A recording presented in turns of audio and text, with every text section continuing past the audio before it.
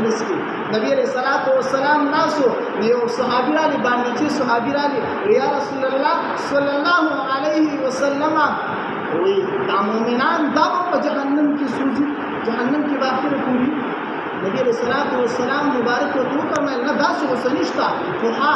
you مسلمان you مؤمن بداسي وي چې دا په اخره کې په جهنم کې کوي اخره پوری په جهنم کې کوي ودا هغه اخرنی مسلمان دی چې دیبا په جهنم کې راشي پروت سوځي با